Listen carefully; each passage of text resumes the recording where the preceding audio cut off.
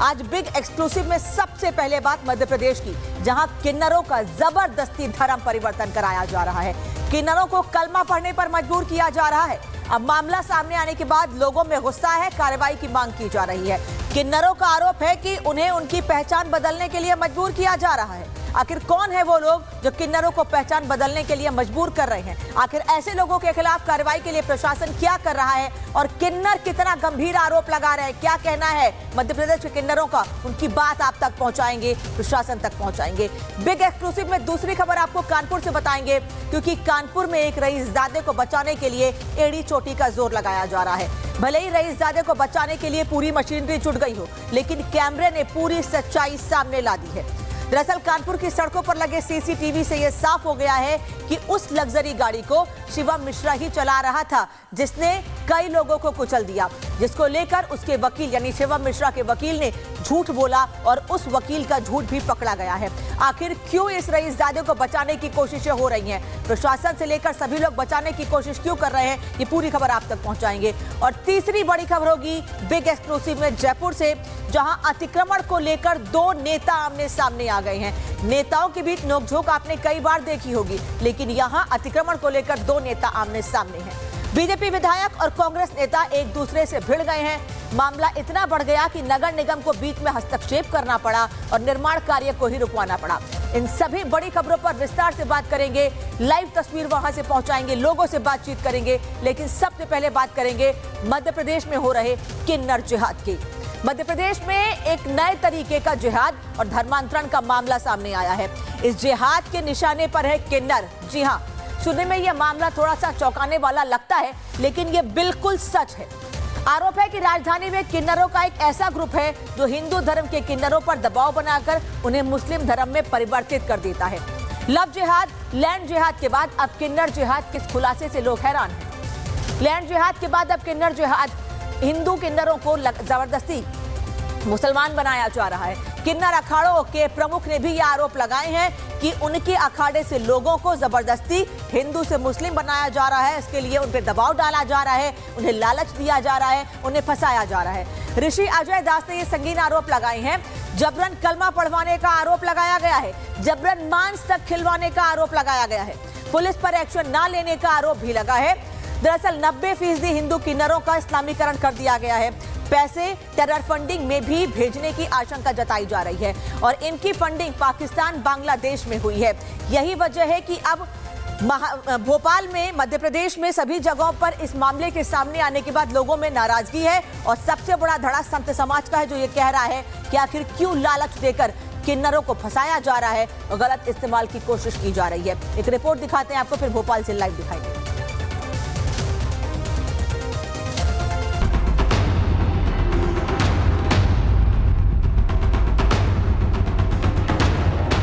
देश में लव जिहाद के बाद अब किन्नर जिहाद। चौंकिए मत, बिल्कुल सही सुन रहे आप। लव जिहाद, लैंड जिहाद, भोपाल में हो रहा अब किन्नर जिहाद।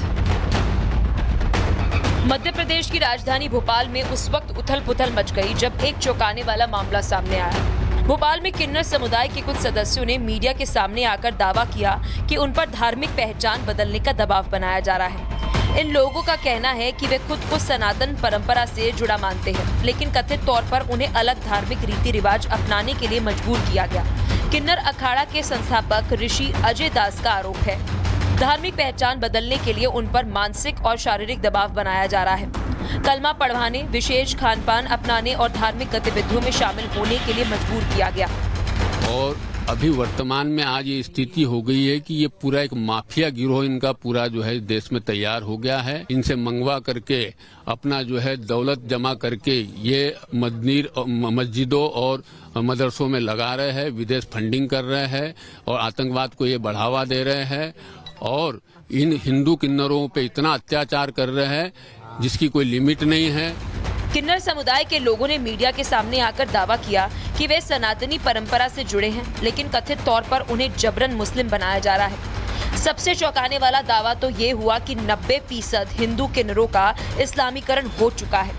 वहीं किन्नर समुदाय के सदस्य काजल ठाकुर ने भी अपने साथ हुए कथित उत्पीड़न की बात कही। उनका दावा है कि उनकी पहचान और दस्तावेजों को लेकर अनियमितताएं हुई और उन पर धार्मिक गतिविधियों में जबरन शामिल होने का दबाव डाला गया। जी, मेरे जितने साथ बेटे हैं उनके साथ प्रोसेस उनकी चालू थी, जारी थी बनाने की, है ना। दबाव बनाया जा रहा था लगातार उन लोगों के ऊपर और मुझे तो बना दिया गया था। मारना पीटना, नमाज पढ़ो, कुरान शरीफ पढ़ो। भोपाल का ये मामला बेहद संवेदनशील है, जो किन्नर समुदाय के अधिकारों, सुरक्षा और पहचान से जुड़ा हुआ है। फिलहाल सभी आरोप जांच के दायरे में हैं। सच क्या है, ये जांच के बाद ही साफ हो पाएगा। Bureau report, Republic Bharat. और सत्यविजय भोपाल से इस वक्त सीधे हमारे साथ जुड़ रहे हैं। सत्यविजय, कौन है वो लोग जो जबरन धर्म परिवर्तन करा रहे हैं और किन्नरों को टारगेट पे ले रखा है इन लोगों ने? या बिल्कुल, देखिए, जैसा कि हमने पूरी रिपोर्ट में दिखाया कि लब जिहाद और लैंड जिहाद जैसे सब तो आपने सुने होंगे, लेकिन मध्य प्रदेश की राजधानी भोपाल में किन्नर जिहाद हो रहा है और इसको लेकर पूरे जो एक किन्नरों को जो धड़ा है वो एकजुट हुआ है, लगातार शिकायत कर रहा है, अपनी मांग जो है वो रख रहा है कि किस तरह से उनको प्रताड़ित किया जाता है। क्योंकि ये जो लोग हैं जो धरने पर बैठे थे, कहें या फिर कहना चाहिए एकजुट हुए थे, ये सभी हिंदू किन्नर हैं। इनका कहना है सनातनी किन्नर हैं और भोपाल का ये दूसरा गुट है जिसकी गद्दी पर सुरैया बैठी हैं। सुरैया जो है वो किन्नर हैं और वो कहीं ना कहीं अपने आप को मुस्लिम बताती हैं। उन पर ये गंभीर आरोप लगा रहे हैं। इनका कहना है कि भोपाल ही नहीं, राजस्थान, उत्तर प्रदेश में भी इस तरह का जिहाद होता है जहां पर कि जो सनातनी किन्नर है, इनके तर्क भी हैं। इनका ये तर्क है कि होली, दिवाली या बाकी जो 30 त्यौहार होते हैं, इस पर जो किन्नर जाते हैं बधाई देने और जो उसका पैसा मांगते हैं तो वो दुआ देते हैं बदले में, और ये हिंदू किन्नर ही कर सकते हैं। लेकिन सुरैया पर जो आरोप लगे हैं, उस आरोप में ये लोग कह रहे हैं कि इनको जबरन मांस खिलाया जाता है, इनको कलमा पढ़वाया जाता है, इनसे नमाज पढ़वाई जाती है, इनको मुस्लिम के जो परिधान होते हैं, जो कपड़े होते हैं, वो पहनने पर मजबूर किया जाता है। और इसी से परेशान होकर इन लोगों ने सुरैया का साथ छोड़ दिया है। और इनके जो अखाड़ा, किन्नर अखाड़ा के जो संस्थापक हैं ऋषि अजय दास, वो मुखर होकर पूरी बात कर रहे हैं। उनका कहना है कि ये सिर्फ किन्नर जिहाद तक सीमित नहीं है, इसमें कई गंभीर चीजें हैं। इन लोगों से जो पैसा मिलता है, जो पैसा जुटाया जाता है, उसको लेकर भी उन्होंने गंभीर आरोप लगाए कि उसकी फंडिंग होती है मदरसों में, मस्जिद में और यहाँ तक कि देश के बाहर भी। इस तरह के गंभीर आरोप लगाए हैं। और जो ऋषि अजय दास हैं, उन्होंने न सिर्फ भोपाल में, जैसा कि मैंने पहले भी कहा, जयपुर में भी वो, उत्तर प्रदेश में भी वो इस आवाज को बुलंद कर चुके हैं, लेकिन भोपाल में इनके साथ किन्नर एकजुट हो गए हैं। ठीक है सत्यविजय, और अब इन लोगों के खिलाफ कार्रवाई की मांग की जा रही है। कार्रवाई नहीं होगी तो बड़े आंदोलन की चेतावनी भी दी जा रही है। बहुत बहुत धन्यवाद सत्यविजय इस जानकारी के लिए आपका। अब अगली खबर कानपुर से आपको बताते हैं, जहां एक रईसजादे को बचाने के लिए पूरी मशीनरी जुट गई है। कानपुर का लैम्बोर्गिनी कांड लगातार सुर्खियों में है, जहां एक रईसजादे ने दिन दहाड़े कुछ लोगों को सड़क पर कुचल दिया। इस हादसे के तमाम वीडियो सोशल मीडिया पर वायरल हैं, लेकिन पुलिस की शुरुआती जांच अज्ञात के खिलाफ चल रही थी। हालांकि अब मुख्य आरोपी की पहचान के बाद भी कार्रवाई में सुस्ती नजर आ रही है। और इस बीच एक बड़ी खबर भी सामने आई है। कानपुर में लैम्बोर्गिनी हादसे पर पुलिस ने बयान दिया है। कानपुर में हादसे के वक्त शिवम चला रहा था कार, ये सीपी का कहना है। शिवम के खिलाफ ही अब कानूनी कार्रवाई की जाएगी। बचने के लिए परिवार ने अपना घर बंद कर रखा है। कानून से ऊपर कोई नहीं है, सीपी का साफ कहना है। सख्त कार्रवाई की जाएगी। कमिश्नर ये कह रहे हैं कि अब सख्त कार्रवाई की जाएगी। बचने के लिए घर का दरवाजा बंद कर रखा है। कल और तस्वीर भी आपको दिखाई थी कि कल पुलिस शिवम के घर पहुंची थी, लेकिन दरवाजा घर का नहीं खुला था।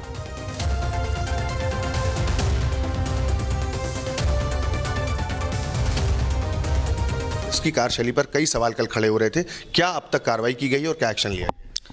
इसमें विवेचना में शुभम मिश्रा का नाम क्लियर हो चुका है। वो गाड़ी ड्राइव कर रहे थे, तो जितनी भी वैधानिक कार्रवाई की जाएगी ड्राइवर के खिलाफ की जाए। जिन धाराओं के अंतर्गत अभियोग पंजीकृत किया गया है, तो शुभम मिश्रा के विरुद्ध ही वैधानिक कार्रवाई की जाएगी। जल्दी से जल्दी उनका पक्ष जानने के बाद जल्दी से जल्दी इसमें चार्जशीट सबमिट कोर्ट में की जाएगी। उनके परिवार से हमारी पुलिस टीम का कांटेक्ट हो गया है। वो अपना पक्ष रखने के लिए उनके पिताजी को कहा गया है। उनका कथन है कि उनका बेटा हॉस्पिटल में है, उसकी तबीयत ठीक नहीं है, तो वो अपना पक्ष रखने के लिए हमें पूरा अपने जो अभिलेख हैं उसको उपलब्ध कराएंगे। और विवेचना में उसको सम्मिलित करते हुए भी उनको स्पष्ट कर दिया गया है कि उनको शीघ्र अतिशीघ्र विवेचना में सम्मिलित होना चाहिए, अपना पक्ष रखना चाहिए, और ताकि जल्दी से जल्दी इसमें वैधानिक कार्रवाई कराई जा सके। एसएचओ पर कार्रवाई की गई, उसकी क्या संलिप्तता पाई गई थी?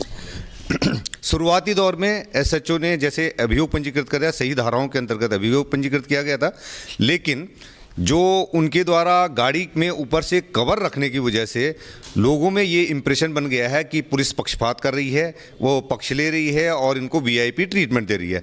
इसके लापरवाही की वजह से एक गलत नैरेटिव सेट हो गया, गलत मैसेज चला गया है कि हम उसको पक्षपात कर रहे हैं, इसलिए उस लापरवाही के लिए उनको लाइन हाजिर किया गया। सर, एक बड़ा सवाल खड़ा होता है, आमतौर पर लोगों के साथ इस तरह घटना होती है, पुलिस जाती है, पूछताछ करती है, लेकिन पुलिस गई और बैरंग लौटा दिया गया, गेट नहीं खोला गया, उसके बाद पुलिस वहां पर नहीं गई। क्या लगता है हाई प्रोफाइल केस है, इस वजह से पुलिस थोड़ा उनका मतलब उनके लिए मददगार है?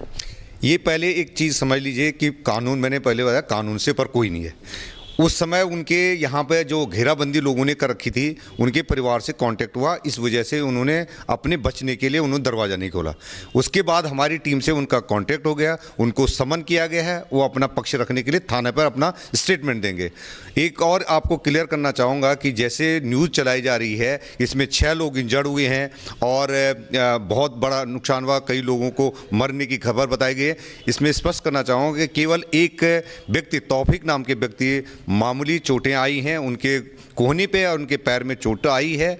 उनकी जो प्रार्थना पत्र उन्होंने दिया था उसी पर अभियोग पंजीकृत कराया गया है और सुसंगत धाराओं के अंतर्गत अभियोग पंजीकृत कराया, उनका मेडिकल कराया गया है। और शुरुआती दौर में उनको पता नहीं था कि कार ड्राइवर कौन है, लेकिन हमारी विवेचना में स्पष्ट हो गया है कि कार का जो ड्राइवर है वो शिवम मिश्रा है और वही उस कार के ऑनर भी है। सर, कल उस मामले में नया मोड़ आया है, उनके वकील का कहना है कि जो मोहन था वो ड्राइवर था, वो गाड़ी चला रहा था, लेकिन आपके द्वारा स्पष्ट किया गया कि गाड़ी शिवम चला रहा था। क्या लगता है कि साक्ष्यों को कुछ फेरबदल किया जा रहा है?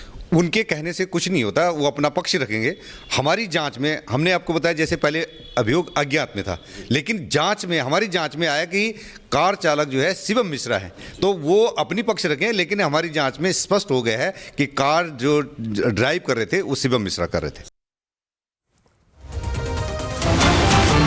और कानपुर पुलिस ने शिवम मिश्रा को बुलाया है पूछताछ के लिए, ग्वालटोली थाने बुलाया गया है। शिवम मिश्रा को कुछ देर में थाना पहुंच सकता है। शिवम के पिता का कहना है कि सारी जानकारी पुलिस को दूंगा। हालांकि ये भी दलील दी जा रही है शिवम के पिता की ओर से कि शिवम की तबीयत खराब है, उसका अस्पताल में इलाज चल रहा है। लेकिन पुलिस कमिश्नर का ये साफ कहना है कि इस पूरे मामले में किसी को बख्शा नहीं जाएगा। कोई भी कितना भी रसूखदार क्यों ना हो, उसके खिलाफ कार्रवाई की जाएगी। मैं सारी जानकारी आपको ग्वालटोली थाने में ही चल रहा हूँ और वहीं आपको चल के देना। अब यहाँ खड़े क्या कुछ मैं वही सब बताता हूँ। आइए, ऐसा नहीं, जबरदस्ती मत करिए प्लीज, जबरदस्ती मत करिए, मुझे बैठने दी। और गौरव इस वक्त हमारे सहयोगी जुड़ रहे हैं कानपुर से। गौरव, कमिश्नर का ये साफ कहना है किसी को बख्शा नहीं जाएगा, पुलिस पर जो आरोप लग रहे थे वो भी गलत है और जिनकी लापरवाही है उनके खिलाफ कार्रवाई की जा रही है। देखिए, बिल्कुल इस पूरे मामले में ग्वालटोली के जो एसएचओ थे उनको लाइन हाजिर कर दिया गया। मैं इस वक्त उसी आया है और पुलिस का साफ तौर पे कहना है कि किसी भी इस पूरे प्रकरण में जुड़े लोगों को बख्शा नहीं जाएगा, सख्त कार्रवाई होगी, चाहे कोई कितना भी रसूखदार हो, किसी को भी इसमें बख्शा नहीं जाएगा। जिस तरह से हमने देखा कल पुलिस उनके घर गई और वहां से बैरंग लौट आई, उसके बाद से साफ तौर पर यह क्लियर था कहीं ना कहीं जो रसूखदार है वो अपनी पहुंच का इस पूरे मामले में इस्तेमाल कर रहे हैं। लेकिन आज पुलिस कमिश्नर ने अपने बयान में स्पष्ट कर दिया है कि कितने भी रसूखदार हो उनको बिल्कुल भी बख्शा नहीं जाएगा और उनको थाने आना पड़ेगा अपने बयान दर्ज कराएंगे, पुलिस उनके दरवाजे नहीं जाएगी। इसी के चलते आज जो शिवम के पिता है वो घर से निकल चुके हैं, उससे कुछ ही देर में इसी थाने में मौजूद है ग्वालटोली में, यहीं पर वो पहुंचने वाले हैं और पुलिस उनसे पूछताछ करेगी। हालांकि उन्होंने अपने बयान में ये बोला है कि उनका बेटा है वो एडमिट है, उसकी तबीयत नहीं सही है, लेकिन साफ तौर पर पुलिस का कहना है कि शिवम जहां है वहीं पर उनके बयान लिए जाएंगे, पुलिस खुद जाएगी, अगर वो एडमिट है तो वहां अस्पताल भी जाएगी। लेकिन इस पूरे मामले में किसी भी जो व्यक्ति है उसको बख्शा नहीं जाएगा और गाड़ी शिवम चला रहे थे, इस बात की पुष्टि खुद पुलिस कमिश्नर ने आज फिर करी है। जिस तरह से कल देखा, इस पूरे मामले में एक नया मोड़ देने के लिए जो शिवम के वकील थे उन्होंने बोला मोहन नाम का जो ड्राइवर है वो गाड़ी को चला रहा था, लेकिन इस पूरी जो थ्योरी है उसको स्पष्ट कर दिया। पुलिस ने कहा है मेरे पास फुटेज है, आधार है कि कैसे जो शिवम है वही गाड़ी चला रहा था। इसके बाद अपने बयान में जो भी शिवम को बोलना है वो पुलिस के सामने आकर के रखे। पुलिस ने इसी बात का उनको सम्मान नोटिस भेजा, जिसके चलते उनके पिता आपसे कुछ ही देर में थाने पहुंचेंगे। आपको बता दें वही गाड़ी है, देखिए black Lamborghini, black film, black शीशे, यही वो गाड़ी थी जिसको लेकर के उस दिन जो शिवम है वो इससे चल रहा था, साथ में उसके बाउंसर्स थे वो चल रहे थे। उसके बाद इस गाड़ी क्योंकि कमिश्नर से बात की है वो जरूर ये कह रहे हैं कि पुलिस की तरफ से जो लापरवाही हुई है उसको लेकर कदम उठाए जा रहे हैं और लापरवाह पुलिस अधिकारियों के खिलाफ या कर्मचारियों के खिलाफ कार्रवाई करते हुए लाइन हाजिर किया गया। लेकिन सवाल यही उठ रहा है कि क्या रईसजादे को पुलिस बचा रही है, क्योंकि एफआईआर में देरी की गई। हादसे के बाद अज्ञात चालक पर एफआईआर दर्ज हुई, जबकि पता था कि शिवम मिश्रा गाड़ी चला रहा था। उसके बाद भी अज्ञात के खिलाफ एफआईआर दर्ज हुई है। जब रिपब्लिक भारत ने इस खबर को प्रमुखता से दिखाया है, पुलिस पर दबाव बना है, तब जाकर उस एफआईआर में शिवम मिश्रा का नाम डाला गया है। इसलिए पुलिस पर सवाल उठ रहे हैं कि क्या रईसजादे को पुलिस बचा रही है। बता दें, एफआईआर में देरी हुई है। वीडियो में भी कार से बाहर निकलते शिवम मिश्रा दिखाई दे रहा है और वो वीडियो अब सबके सामने आ चुका है। शुरुआत में पुलिस ने शिवम का नाम एफआईआर में क्यों नहीं डाला था, ये सबसे बड़ा सवाल पुलिस पर उठ रहा है। साथ ही पुलिस की भी नरमी सामने आई है। हादसे के बाद पुलिस ने कार को तिरपाल से ढक दिया था, नंबर तक गाड़ी का छिपा दिया गया था। आरोप लगा है कि पुलिस कार को छिपाने में भी जुटी हुई है, आरोपी को बचा भी रही थी और कार को छिपाने में जुटी थी। सवाल यह है कि रसूख के दबाव में मामले को क्या हल्का करने की कोशिश हुई है। सवाल यह भी है कि पुलिस ने क्यों इस मामले में नरमी बरती। साथ ही यह भी है कि आखिर क्यों इस हाईटेक मामले में, इस तरह के मामले में पुलिस इस पूरे मामले, हाई प्रोफाइल मामले में बचाने की कोशिश शिवम मिश्रा को कर रही थी। ड्राइवर बदलने का दावा किया गया है, वकील तक ने यह कहा है कि ड्राइव नहीं कर रहा था शिवम मिश्रा, लेकिन वीडियो में सब सामने आ गया है। दावा यह भी किया गया कि शिवम मिश्रा को फंसाने की कोशिश की जा रही है। सवाल यह कि वीडियो सबूत के बाद भी आखिर झूठ क्यों बोला जा रहा है। बाउंसर्स की गुंडागर्दी सामने आई है। हादसे के बाद बाउंसर्स ने गुंडागर्दी की है, यहां तक कहा गया कि वहां मौजूद लोगों के साथ मारपीट की गई है। सवाल है कि क्या बाउंसर्स को कानून हाथ में लेने की छूट है। जो निजी बाउंसर्स थे शिवम मिश्रा के, क्या उन्हें कानून हाथ में लेने की छूट है। नशे की हालत में था। भीड़ का आरोप है कि ड्राइवर नशे में था, यानी शिवम मिश्रा गाड़ी चला रहा था और उसने नशा कर रखा था और पुलिस इसकी वजह से उसे बचाने की कोशिश कर रही थी। तुरंत इस पूरे मामले के बाद शिवम का ब्लड टेस्ट तक नहीं कराया गया। सवाल ये कि क्या पुलिस ने समय रहते अल्कोहल टेस्ट नहीं कराया, इस वजह से शिवम मिश्रा बच के निकल गया। एक रिपोर्ट आपको दिखाते हैं।